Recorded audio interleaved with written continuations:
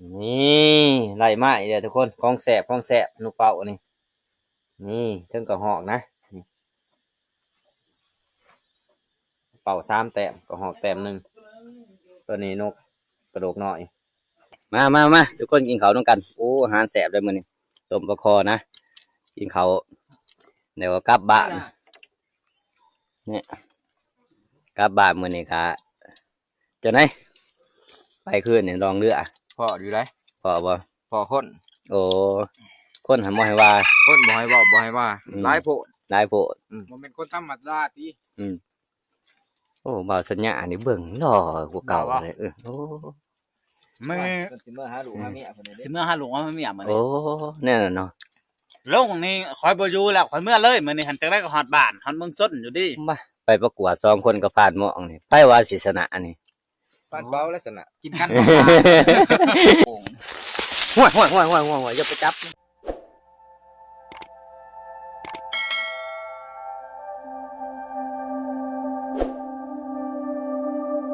สบายดีทุกคน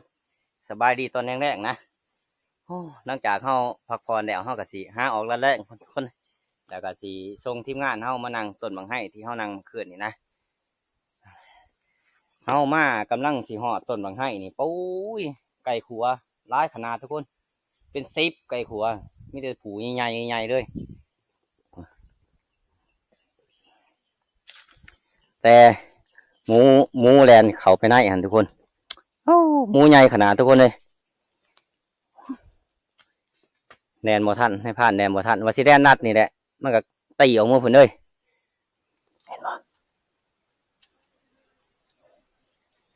มันนุ่มๆแล้วเนี่ยมันสิหอนเงาได้รัดเงาแล้วแนมได้ต้องเป่าแตกออกไปเลยกงให้ตัวงวยหินนะแต่ว่าก็หอกทับมือถือทีมงานเขาทับตอนนี้ก็ทรงอ้ายเพิ่นขึ้นต้นบางให้เป็นทีเรียบร้อยแล้วคนนางพวกฮอนเนี่ยต้นบางนึงนี่ค่ะนกเป้าแต่ก็หอกนะเขาให้ผ่านกะทิเลาะไปพุ่นเลยมันเลาะไปหากับรักเขาไปหาซองมึงกับรักก่อน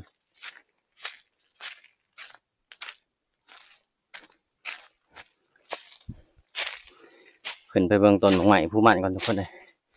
ต้นบางให้นะ3-4 ต้นคนแหละจักสิเป็นบ่เป็นเนาะโอ้เลาะจนเมื่อย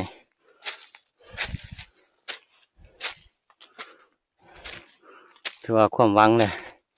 ร่างผู้มันเลยถ้าว่าเป็นเฮาก็สิได้นั่งนะถ้าว่ามันบ่เป็นเฮาก็สิบ่ได้นั่ง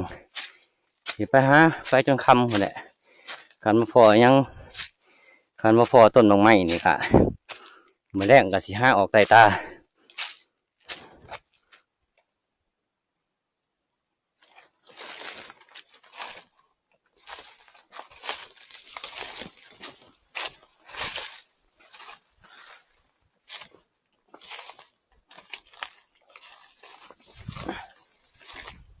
สั้นขนาดเป็นบ่มาให้ต้นให้ใหญ่ตัวนี้ความสั้นบ่ให้ว่าเด้คือสิบ่เป็นดอกขาเป็นนี่เนื้อมันเข้ามานี่มันแป้นเลยทุกคนเลยสงสัยมันจะเป็นโบกนะคุมตัวนี้แต่ว่าขี้ดินมันมาอัดไว้เนาะขี้ดินอัดไว้แต่มันกระดุดขึ้นนี่ปากมันผู้ดีน้ำสางผู้ดีเลยมันขวดนี่ตักคักตักแหน่แต่ว่าน้ำในโบกนี่ก็ยั่งเลยทุกคนบัดนี้เราก็สิเลาะพุ่นแหละไปเบิ่งกับรักอีกก่อน2 หลังแล้วก็สิกู้เมื่อใส่บนเท่านังกบต้นบางให้เมื่อคืนนี่เพราะว่าหมูมันเด่นเดือดแล้วนะนี่ไล่มาเดี๋ยวทุกคนของแสบนกเป่านี่เทิงกระหอกนะเป่า3 แต้มกระหอกแต้มหนึ่งตัวนี้นกกระโดกน้อย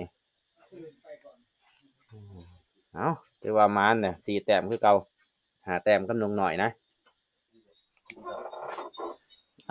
แม่ทับกุ้งเพิ่นกะโลกคนนกเป่านะ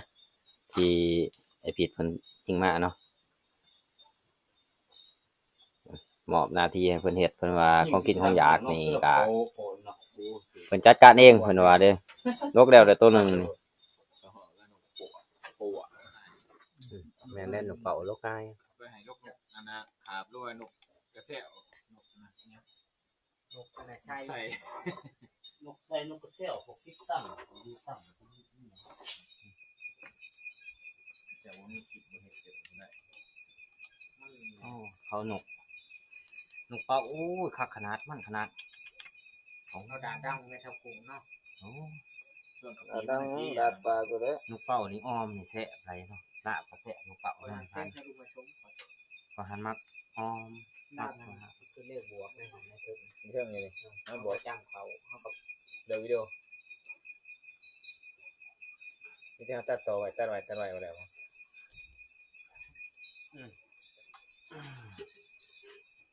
นกเข้ากับสิหนึ่งไว้นะทุกคนหนึ่งแล้วก็สิสดน้ำมันกินหนึ่งไว้เพราะว่ามันถ้าเฮาหนึ่งมันก็สิไข่กว่าย่างนะย่างนี่มันสิแห้งไปซื่อๆกันหนึ่งนี่มันก็สิเฮาก็สิเฮ็ดเมนูใดมันก็แซ่บลาบก็แซ่บหรือว่าไปออมก็แซ่บไปป่นก็แซ่บมีแต่แนวแซ่บๆทุกคนเลยจักลายว่าเลย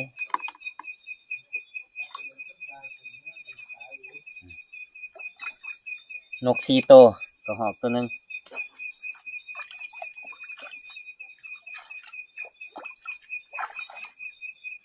ล้างให้มันสะอาด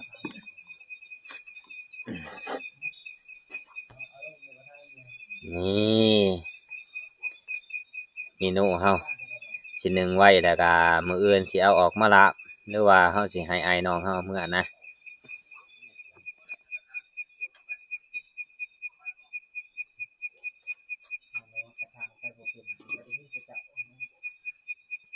มือห้องมาโอ้แสนนั่นเลย น้ำมันหน่อยเอาตัวหอกใส่ก้อนเนี่ยตัวมันใหญ่เนาะหัวนอนคนตรงนี้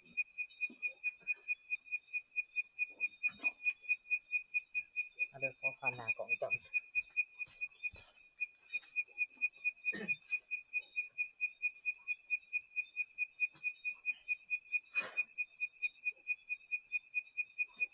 บัดนั้นถ้าจะ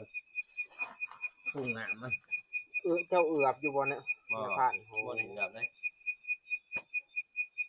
คิดว่ามักเนาะว่าแล้วว่าเอือบโยของนายพันงาดเลย บ้านใหญ่ว่าไอ้พวกเพราะว่า บ่ได้มาก บ้านใหญ่เอือบก็สิบ่เอือบ นี่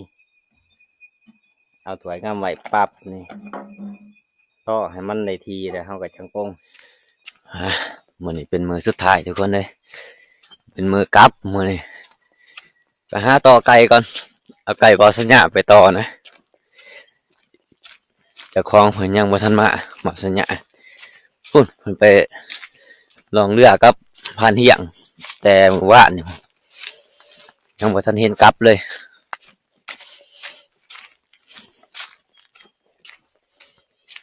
เขามาหาต่อไก่ก่อนทุกคนนี่แหละตีนผู้มัน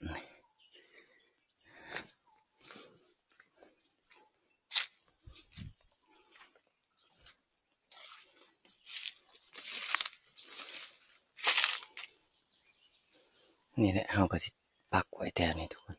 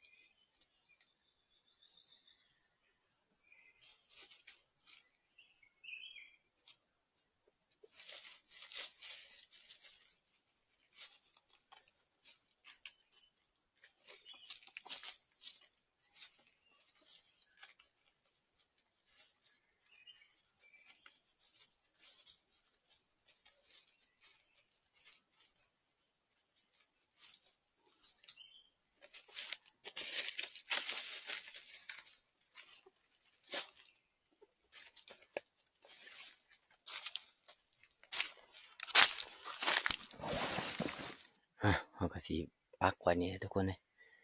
พุ่นเฮาสิไปนั่งอยู่พุ่นใกล้ๆเลยนะสำหรับเดียวเห็นไก่เฮาเฮ้ยต้นกะนี่ก็คือไก่บอสัญญานะ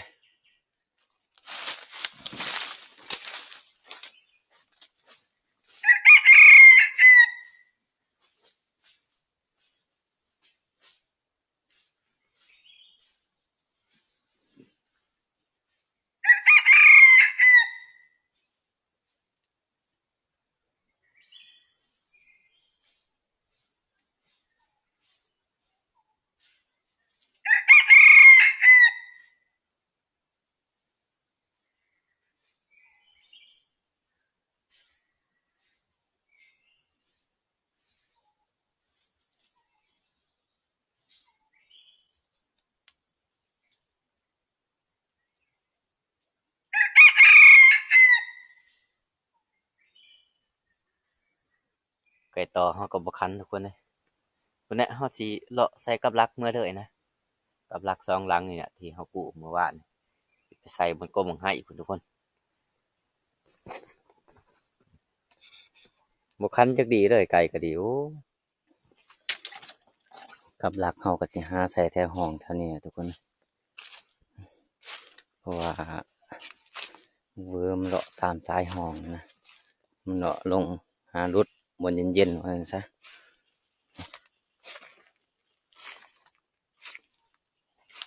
โอ้ยังมีน้ำอยู่ทุกคนหอยอีหยังนั่นนี่หอยกล้วยป่าทุกคนนี่หอยกล้วยป่ามันลงมากินน้ำทุกคนเลยพูดประมาณ2 โตนะพูดโอ้หนึ่ง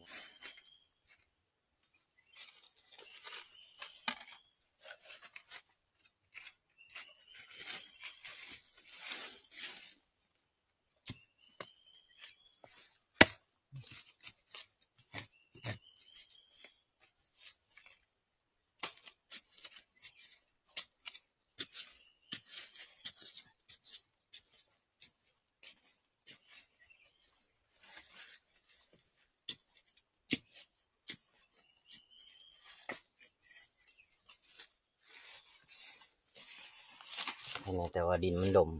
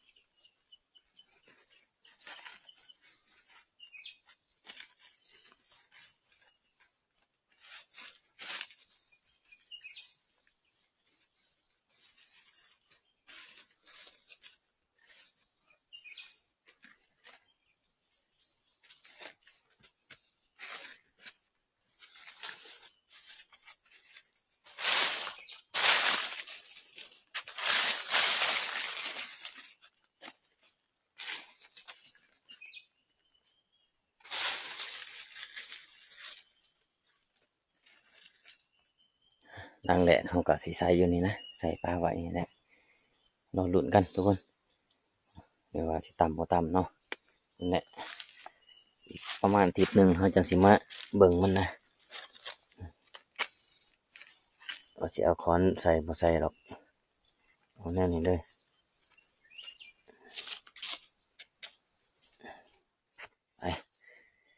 ไปมาเลยไปใส่ลังในนะลังต่อไปทุกคนเลยวันนี้เอาสิใส่ไปทั้งคนเลยว่าสิใส่ลังที่สองหมดเลยใส่ทุกคนเลยมันสวยนะเขาสิกลับหมดเลยอย่างทีมงานถาเนาะคุณแนะมารอบหน้าจังสิใส่อีกทั้งตัวที่สองยังทีมงานเขาสงสัยมาเบิดเลยจักสิมานประมาณมาเพียงก็ไปแต่คำว่านี่ยังหมดทันมาเลยคุณแนะไปรุนน้ำกันอยู่เที่ยงคุณแนะทุกคนมาหอเที่ยงเนี่ยก็โอ้ยทีมงานเขามาขบกันเบิดเลยอิหยังเลยนี่โพนฮอนโอ้ทีมงานเขาได้ฮอน2 ตัวข้าวจะขวดเลยเห็ดลูกเป่าว่าได้บ่ไอพีตรงเสาตัวหนึ่งยิ่งอิหยังเสาเป๊กเหรอโอ้ก็ห่อก็ไล่บ่พอดีมาหอดพ่อเขาพอดี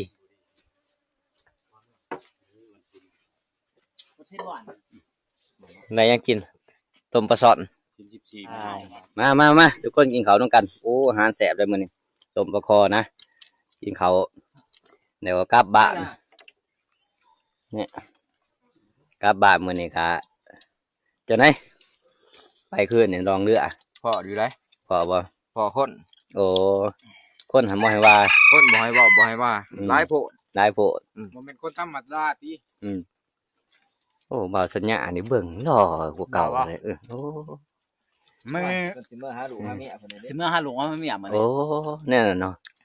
ลงนี่คอยบ่อยู่แล้วคอยเมื่อเลยมื้อนี้หันจังได๋ก็ฮอดบ้านฮอดเมืองซนอยู่ดิ มาไปประกวด2 คนกับฟาดหมองนี่ไผว่าสิชนะนี่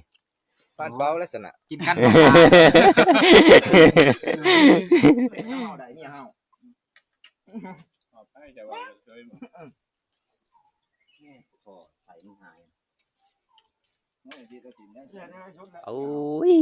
อะโกยนี่บ่าวเฮียงเพิ่นเอามาเมื่อคืนนี่ทุกคนเลยนี่คนงานนี่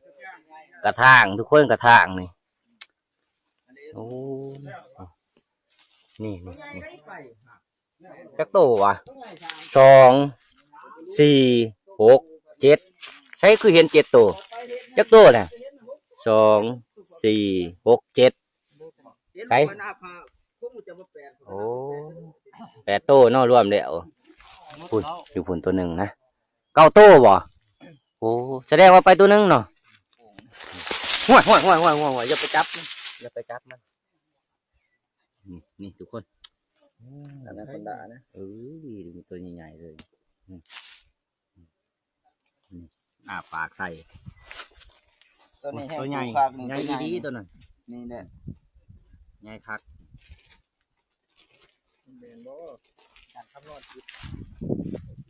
ตัวนี้มันขี้โก้งเข้ามาไว้ตัวเดียวนี่ได้น้อยขี้โก้งได้นี่สัมพันธ์เหมาะผ่านหม้องนี่ห่วยใหญ่สำเร็จก็ตีผ่านหม้องนี่คือกัน ดีเลยบ่ได้ด้วยเล่ก็ต้องเอาด้วยก้น เอา สู่เขาบ่ได้เฮาก็ร้อยหลัง มาเนี่ยกินข้าวกินน้ำแล้วเฮากะสิให้หากาเกียมเก็บเครื่องเก็บของนะกลับบ้านมื้อนี้ทุกคนเลยไปบ้านนี้ยางน้ำก็มีขี่รถน้ำก็มีทุกคนต้านมองมันขับรถไทยมื้อนี้โอ้คนใส่ขัวเป้ามีแต่กันห้องทุกคนเลยคนตั้งหูออกหูเข่าบ่ไรเลยอ้าวเมื่อก็เนื้อจักจันเด้ออยู่ถาอยู่เทียงนี่แหละ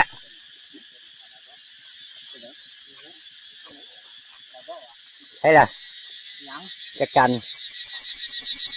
ใช่ โอ้ยบ่เฮ็ด โอ้ไปครับวันนี้ทุกคนเลยเดินทางกลับคือเก่ากลับบ้านเฮาพุ่นแหละมาใส่ชีวิตอยู่ในป่านี่ก็หาคืน6 มื้อนะหามานอยู่กับบุดวงบุลายทุกคนมานแต่ตัวฮอนแต่ก็นกหนูปูปีกเนี่ยปูปลาหน้าน้ำทุกคนพอได้อยู่ได้กินเนาะ แต่ว่าประมาณบอกเวอร์นะคือเขากลับมื้อนี้ก็ย่างกันนี่ก็6 คนขี่รถนี่ก็4 คนขี่รถไถเมื่อก่อนเนี่ยก็3 คนเมื่อวานนี่เมื่อมื้อซื่นเนาะมื้อซื่นหัน3 คนผ่านป่าเลยผ่านต่อมเพิ่นให้จอยเพิ่นเมื่อก่อนเพราะว่าไปงานแต่งสาวผู้ละลาทุกคนคลิปวิดีโอนี่ก็มีอย่างไรทุกคนในข้างก็ปิดไว้เพียงเท่านี้เนาะรอติดตามคลิปวิดีโอหน้านะก่อนอื่นก็ขอบใจทุกคนที่เข้ามารับมาชมในพาร์ทตั้งแต่ต้นจนจบเนาะก่อนอื่นก็อย่าลืมกดไลค์กดแชร์เพื่อเป็นกำลังใจในพาร์ทให้คลิปใหม่ๆต่อไปทุกคนขอบใจทุกคน